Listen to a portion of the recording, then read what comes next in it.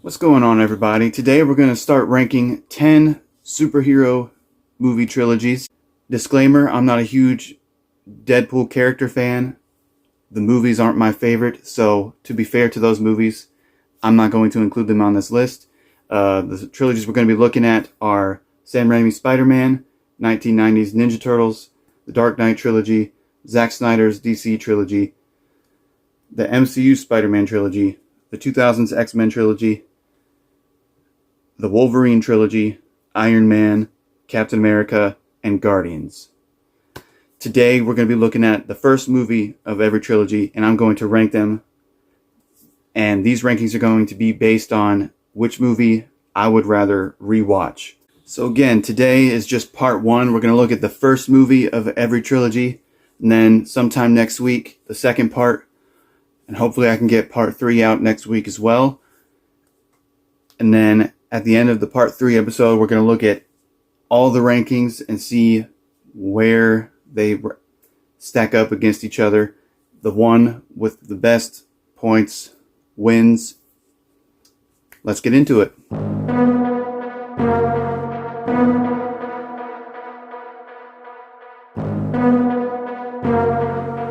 Coming in at last place, or 10th place, is X-Men Origins Wolverine. Now, I do enjoy this movie more than most. However, I do recognize its flaws. The CGI is pretty terrible. The story's kind of whack. And I get that they basically butchered Deadpool in this movie. However, I didn't know who Deadpool was before this movie came out. So to me, it didn't really bother me that much. And I'm not a huge Deadpool fan. So every comic book movie changes one character some way or another. The ending fight was still fun to me. The action overall in this movie is still very good. So it's not as terrible as everyone makes it out to be. I think the biggest problem that everyone has is that they butchered Deadpool, which it ends up for a great joke in Deadpool 2. So it was worth it. Moving on to number 9. I want to be clear. After Origins Wolverine, there is a big step up in quality to me. The rest of these movies I would give a 7 out of 10 or higher. So, with that being said, at number 9, I have Spider-Man Homecoming. It's one of my least favorite Spider-Man movies. However, I still really enjoy it. I still think there's a lot of good moments in the movie. I don't like how much Spider-Man is reliant on Iron Man, how focused he is on trying to please Iron Man, and how obsessed he is with getting out of school. To me, part of Spider-Man is he wants to have his everyday life, but he feels the responsibility to be Spider-Man. So, to me, there wasn't that balance in this movie, which is why it's this low. But the action is fun, the acting is good, the story overall is pretty good, and Michael Keaton is a great villain in this movie, and I really enjoy it. And at number 8, I have Captain America, the First Avenger.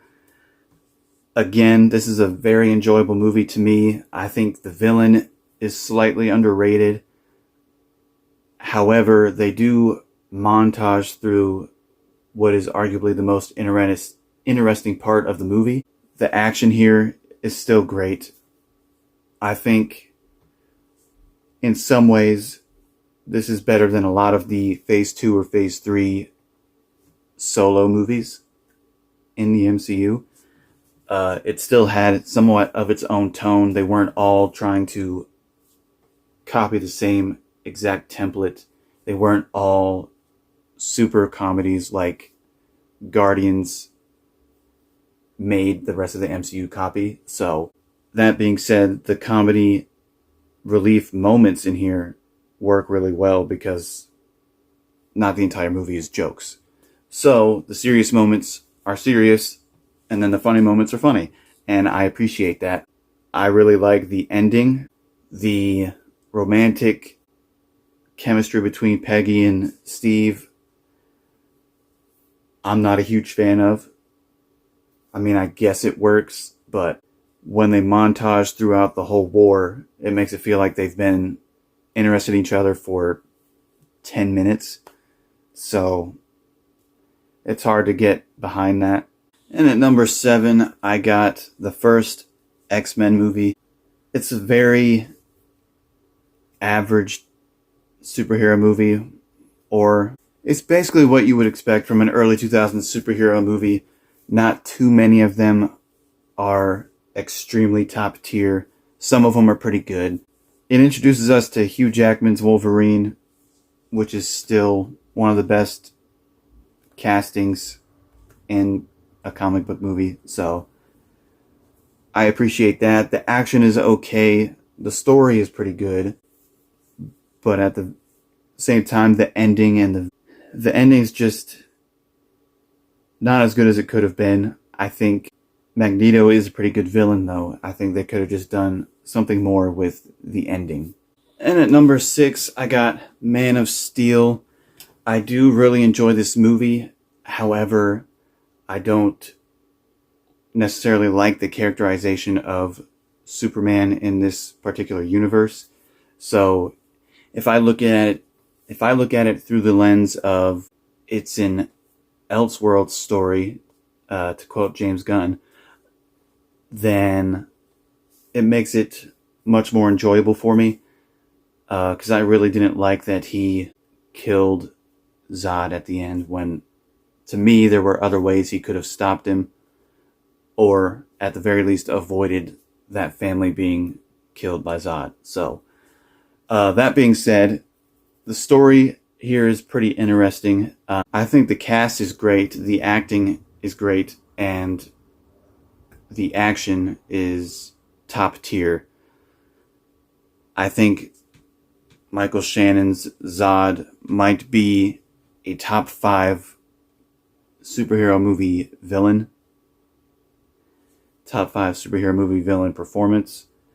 And the action between him and Superman is ridiculous. It's just a bunch of carnage. The entire metropolis gets destroyed, which a lot of people hate on this movie for. Like, Superman can't control whether or not the city gets destroyed. Now, in the new Superman movie, while everything's getting destroyed, Superman is focused on trying to save people, which he also was in 1978 Superman, and he was in Superman 2. So, while I don't discredit the movie for the entire city getting destroyed, I do somewhat discredit it for him not being focused on saving anybody. He's more focused on the fight. Now that makes for a more interesting fight, so I guess it depends on what you want. If this is an Elseworld story, it's fine. If this is supposed to be mainstream Superman, So, Man of Steel is a very fun movie. It's a very different Superman movie, and I really enjoy it. And at number 5, I have Guardians of the Galaxy. I really enjoy this movie as well. I think we're getting to the point where I give these movies an 8 to 8.5 out of 10, maybe even a 9. I think the overall comedic tone fits this movie perfectly. However, I do think they go too heavily into the comedic at the end. I think it was a little disappointing the way they ended the whole thing. Ronan was not a great villain.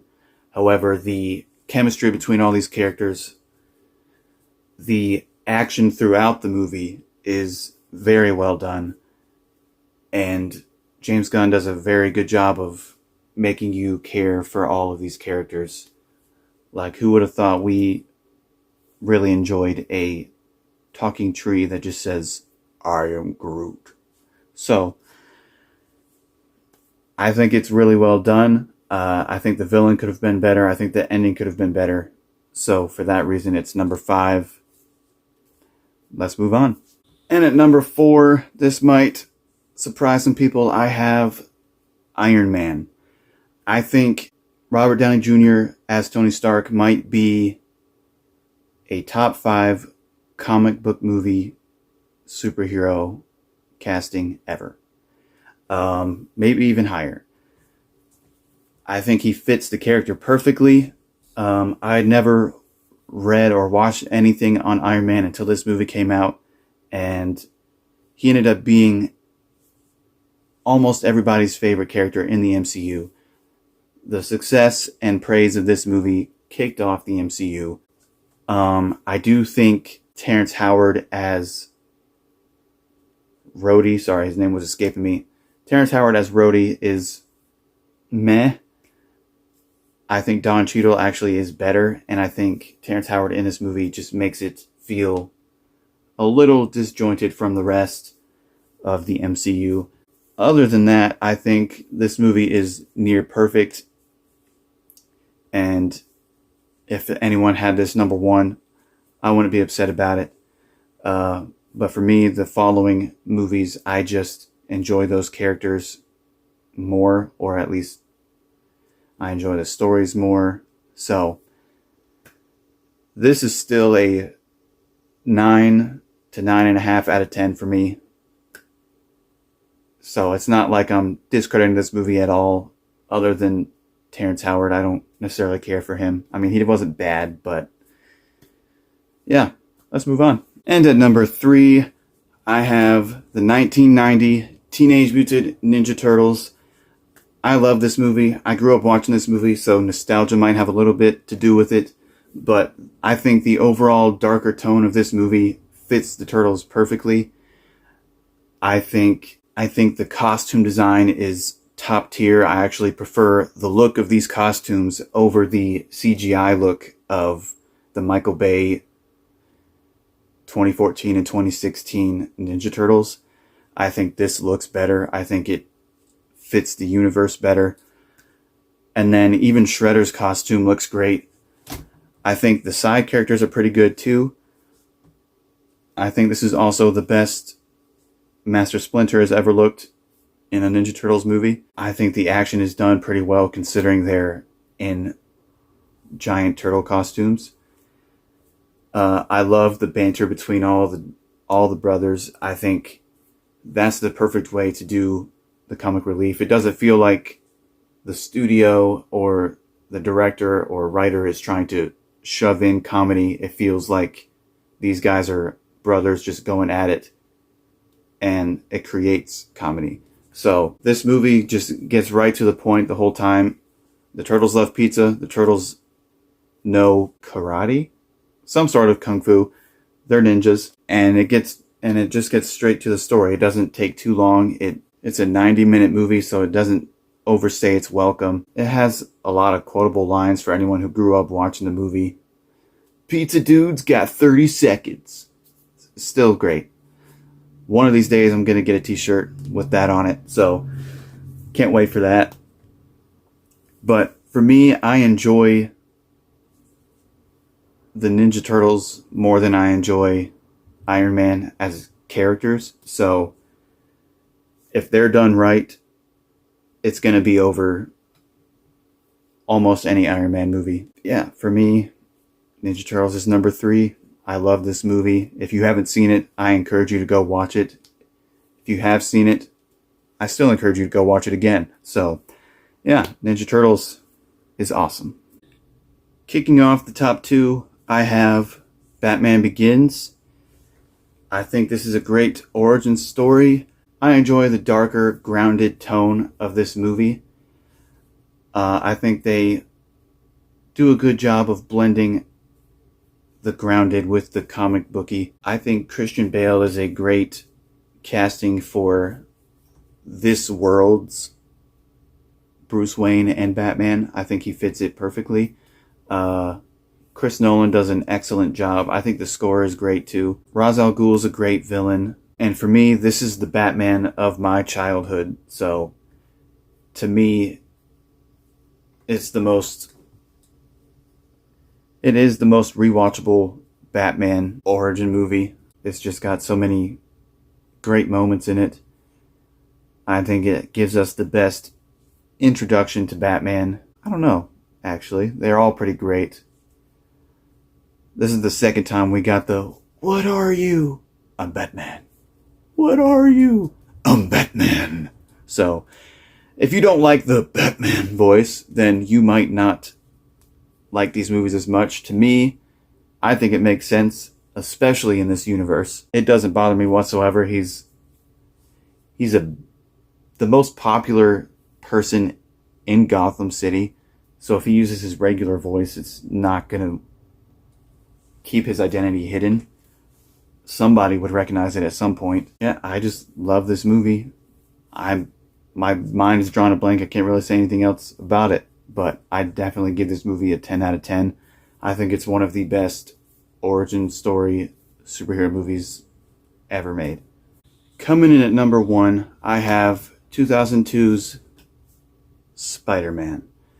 I think this is the best origin story superhero movie ever made. I think the tone of this movie is just perfect. It's got the perfect mix of campiness, seriousness, and it blends together in such a great way. I think the cast has great chemistry. I think Kirsten Dunst is great with James Franco and is also great with Tobey Maguire.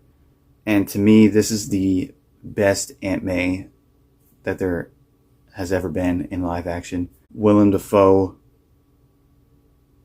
is a top 3 superhero movie villain. I think his acting in this movie is just amazing. He's got somewhat of a Gollum-esque thing going on, and I think it fits perfectly. He acts it so well.